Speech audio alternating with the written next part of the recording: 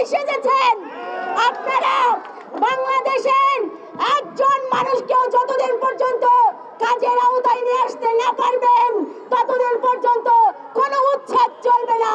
সংগ্রামী বন্ধুগণ, আমরা ছাত্রদের পক্ষ থেকে বলতে চাই, এই যে গণ অভ্যুত্থান সংগঠিত হয়েছে, সেই গণ অভ্যুত্থানে শুধু ছাত্রদের ভূমিকা ছিল না। আমরা দেখেছি যে শ্রমিক ভাইয়েরা আমাদেরকে কিভাবে করে হাসপাতালে নিয়ে গিয়েছিল। আজকে আমরা দেখেছি যে কিভাবে করে সেই শ্রমিকের পেটে লাথি মারা হচ্ছে।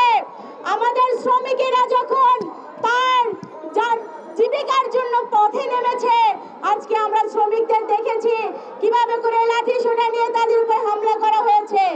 আমরা বলতে চাই যে আপনারা যদি খাবারের সন্ধান দিতে না পারেন, আপনারা যদি শ্রমিকের কাজ দিতে না পারেন, তাহলে আপনারা কোনোভাবেই তারা নিজেরা যে ব্যবস্থা করেছে সেই ব্যবস্থাকে আপনারা উচ্ছেদ করতে পারেন না।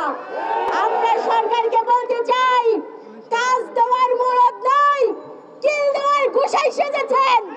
আপনারা বাংলাদেশের একজন মানুষকেও যতদিন পর্যন্ত কাজের আওতায় নিয়ে আসতে না পারবেন ততদিন পর্যন্ত কোনো উচ্ছেদ চলবে না।